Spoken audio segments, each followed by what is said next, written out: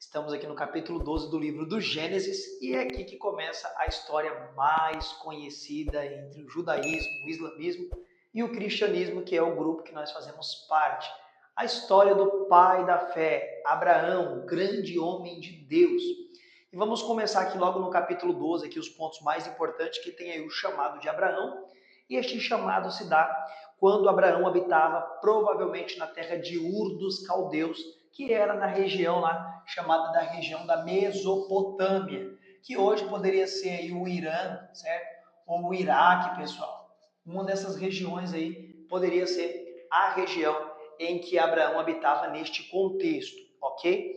E é muito importante também pontuarmos que Abraão até então não conhecia, ou a Bíblia não relata que ele conhecia o Deus eterno, ou Deus que havia criado Adão e se revelado lá dentro dos costumes e dos cultos e da tradição dos descendentes de Sete, ok? Não se tem esse relato.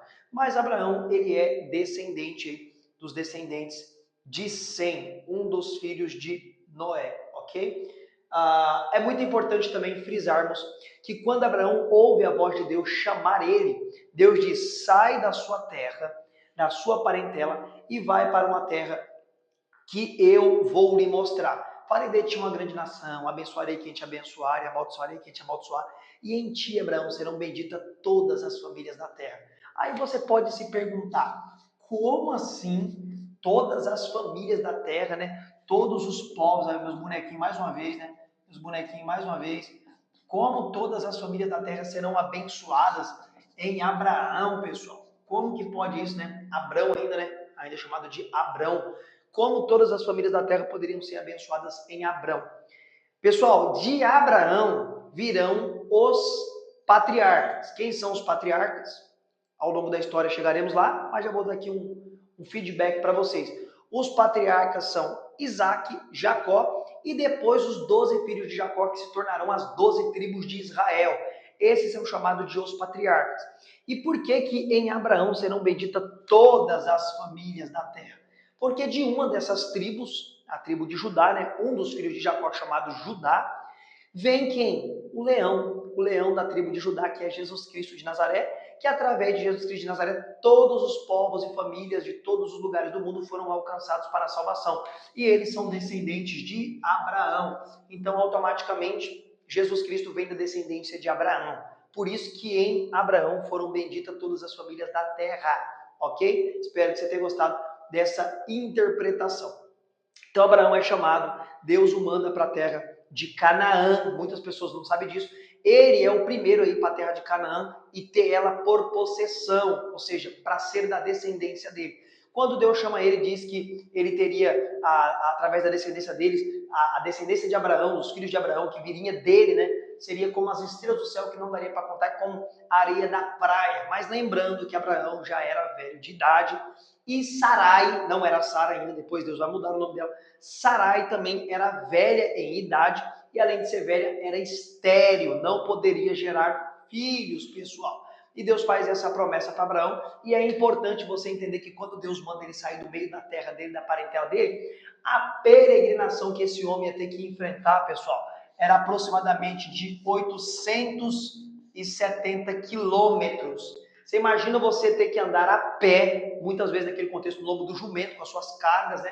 Com a sua tenda, eles habitavam em tendas, armavam tendas para habitar quando eles se instalavam em alguns lugares.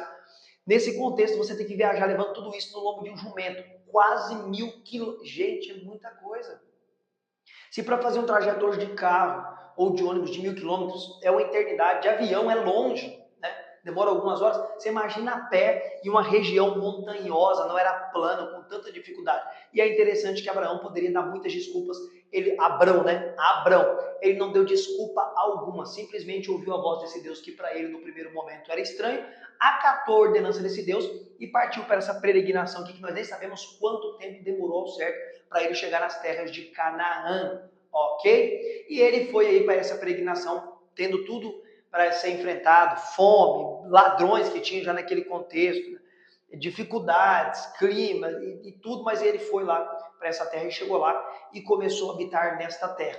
Porém, ainda no capítulo 12, não poderia me esquecer, olha que interessante, Deus manda Abraão, né, sair do meio da sua parentela. Então, tem situações em nossas vidas que teremos que sair de perto de algumas pessoas para ser abençoado. Aí gera uma grande dúvida, por que será que Deus mandou Abraão sair do meio dos parentes dele ou da terra que ele habitava para ter uma vida com Deus? É porque possivelmente esses povos aqui eram idólatras, eram pagãos. O que é pagão? Aqueles povos que adoram inúmeros deuses. E Abraão vivia no meio então da idolatria, Deus tira ele do meio disso para ter uma vida com ele. Então, às vezes, se Deus te tirar de alguns lugares ou tirar pessoas de perto de você, talvez seja motivo, às vezes, de você glorificar e exaltar a Deus, porque Ele está te chamando para trabalhar na sua vida. Foi o que aconteceu aí na vida de Abraão, ok? Ainda no capítulo 12, pessoal, Abraão vai padecer de fome na nova terra agora que ele está peregrinando, né? Vai ter uma grande fome lá e ele vai descer para o Egito. O Egito, naquela época, já estava aí começando a se destacar como uma grande potência do mundo antigo. E nessa descida é muito curioso porque Abraão aqui, na visão de muitos, ele vai usar do artifício da mentira. Eu não entendo assim. Por quê? Ele sabendo como eram os egípcios, ele diz o seguinte para Sarai, sua mulher, que o próprio texto diz que ela era muito bela e muito formosa. É interessante, pessoal, que possivelmente aqui Sarai, nesse contexto, tinha mais de 50 anos de idade e a beleza dela despertava o interesse de muitos homens, que é o que vai acontecer no texto. Então Abraão, sabendo que ele poderia ser morto para as pessoas tomarem Sarai como esposa, ele, para proteger a vida dele e a vida dela, fala o seguinte, ó, quando chegar lá, você fala que você é minha irmã. Simplesmente eu vou falar que você é minha irmã.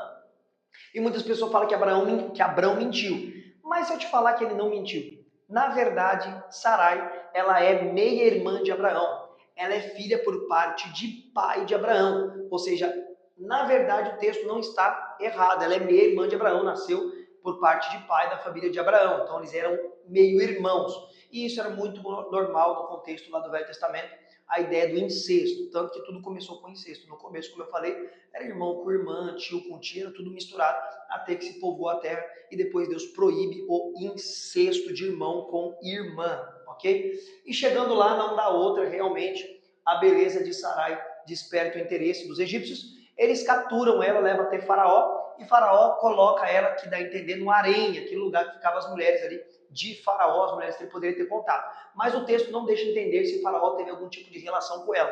Entendemos que não, porque Deus feriu a casa de Faraó com pragas, mas antes disso, quando Sarai é levada para ser esposa, uma das mulheres de Faraó, né, ou uma das mulheres que ele poderia deitar do seu harém, Faraó abençoou muito Abraão, com gado, com escravos, com muitos animais. Então Abraão ficou rico ali nessa descida pro Egito por conta de Sarai ser levada para ser uma das mulheres ou concubinas de Faraó.